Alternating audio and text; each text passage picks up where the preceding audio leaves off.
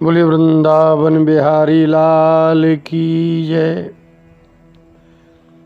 यो मायया विरचितं निजयात्मनीदं खेरूप भेदमिव तत् प्रतिचक्षणाय एतेन धर्म सदने ऋषिमूर्तिनाद्य प्रादुश्चकार पुरुषाय नमः परस्मै। जो आप नहीं जानते हैं वही तो सत्य है, और जो आप जानते हैं वही असत्य है। यदि सत्य और असत्य में आपको भेद देखना है तो आप समझ लीजिए कि जो आप नहीं जानते हैं वो सत्य है, और जो आप जानते हैं सब असत्य है। श्वेताश्वतर उपनिषद के 5वें अध्याय के 10वें मंत्र में वेद भगवान ने आत्मा के यथार्थ स्वरूप को बताते हुए कहा, नैव स्त्री न पुमानेश न चैवायं नपुंसकः यदि यच्छरीरमादत्ते तेन तेन स रक्ष्यते। सभी वेद जिस तत्व को जीव शब्द से, आत्मा शब्द से तथा ब्रह्म आदि शब्दों से उच्चारित करते हैं, उस तत्व को आत्मा ब्रह्म आदि शब्दों से ही कहना होगा, क्योंकि उसका अपना कोई शरीर नहीं होता है। आत्मा का कोई शरीर नहीं होता है, इसीलिए उसको ना तो स्त्री के रूप में किसी ने देखा है कि स्त्री कह दिया जाए, और ना ही पुरुष रूप में साक्षात्कार हुआ है कि पुरुष कह दिया जाए, और ना ही नपुंसक के रूप में किसी को आत्म साक्षात्कार हुआ है कि उसको नपुंसक कह दिया जाए। इसलिए वेद भगवान ने कहा, नैव स्त्री नैव पुमान एष न चैवायं नपुंसकः। न ये स्त्री है, न पुरुष है, न नपुंसक लिंग है। जिस तत्व को आत्मा ब्रह्म आदि कहा जाता है वह निरवयव है, उसके कोई अवयव अर्थात अंग ही नहीं होते हैं, उसका अपना कोई शरीर ही नहीं है। इसलिए जैसे आप छिप जाते हैं ना, तो आधे देखते हैं आधे नहीं देखते, सिर देखता है पैर नहीं, ऐसा नहीं होता। आत्मा का जब भी साक्षात्कार होगा संपूर्ण होगा, टुकड़े टुकड़े में नहीं होगा कि आधा दिखा आधा नहीं दिखा, क्योंकि वह शरीर नहीं है। वह तो जिस शरीर को धारण करता है वह उसी शरीर से सुरक्षित हो जाता है। अब तो बहुत ही विचारणीय विषय हो गया है कि आत्मा की ना कोई जाति होती है और ना ही कोई स्वरूप होता है। यही आत्मा का यथार्थ स्वरूप है। संसार का लक्षण शरीर स्वरूप देखकर ज्ञात होता है। जितने भी शरीर हैं वे स्त्रीलिंग, पुल्लिंग और नपुंसक लिंग के ही होते हैं। यहाँ तक कि नदी आदि शब्द स्त्रीलिंग शब्द हैं और समुद्र आदि शब्द पुल्लिंग शब्द हैं। यह सारा संसार जड़ पदार्थ है। बहुत विचार करना होगा, बहुत। आपका शरीर भी जड़ है, आपका शरीर भी खाद्य है, भोज्य पदार्थ है। इसलिए तो मच्छर आपको काटते हैं, खाते हैं, उसमें से खून पीते हैं। जड़ पदार्थों में कोई क्रिया होती है तो पृथ्वी के कारण, जल के कारण, वायु के कारण, प्रकाश, अग्नि के कारण ही होती है। वृक्ष में पत्ता जड़ है, फल जड़ है, पुष्प जड़ है, छाल जड़ है, सब जड़ ही जड़ है। उसका रस भी जड़ है। उस वृक्ष में सभी क्रियाएं जड़ता की ही हैं। उसका स्वरूप, स्वाद, स्पर्श, शब्द, सुगंध, दुर्गंध आदि जो भी आपको समझ में आ रहा है वह सब जड़ है। अर्थात आंख, नाक, कान, मुंह, जिह्वा, त्वचा, इन इंद्रियों से जिस चीज का भी आपको अनुभव होता है वो जड़ है और असत्य है। जिस शरीर से कोई उनका अनुभव करता है वह शरीर भी जड़ है, शरीर से ही भोगा जा रहा है। शरीर के स्त्री पुरुष के लक्षण भी जड़ हैं, शरीर में होने वाली क्रियाएं भी जड़ हैं।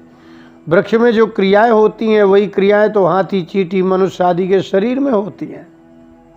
कुछ भी तो अद्भुत नहीं है, फिर भी बहुत कुछ अद्भुत है। जैसे वृक्ष के अपने अवयव होते हैं, वैसे ही अवयव हाथ पैर आदि शरीर में होते हैं।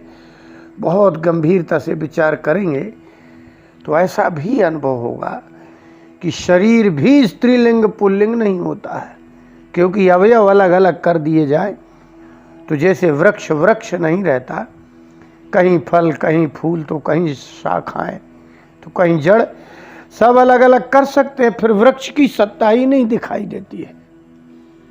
इसी प्रकार शरीर के अवयव अलग अलग कर दिए जाए तो शरीर भी तो नहीं है।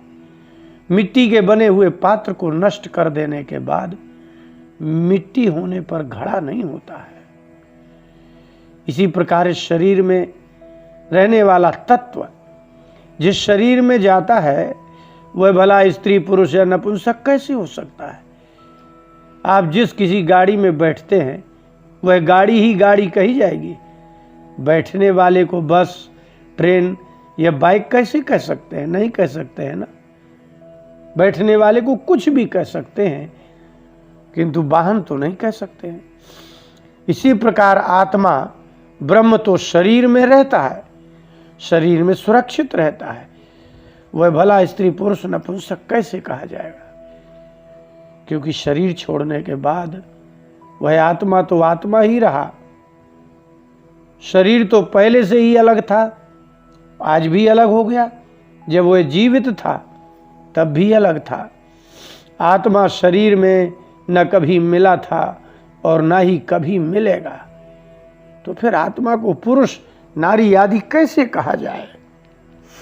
जिसने भी इस सत्य को जाना है कि आत्मा तो शरीर से अलग था, वह शरीर में रहता है, शरीर ही आत्मा नहीं है।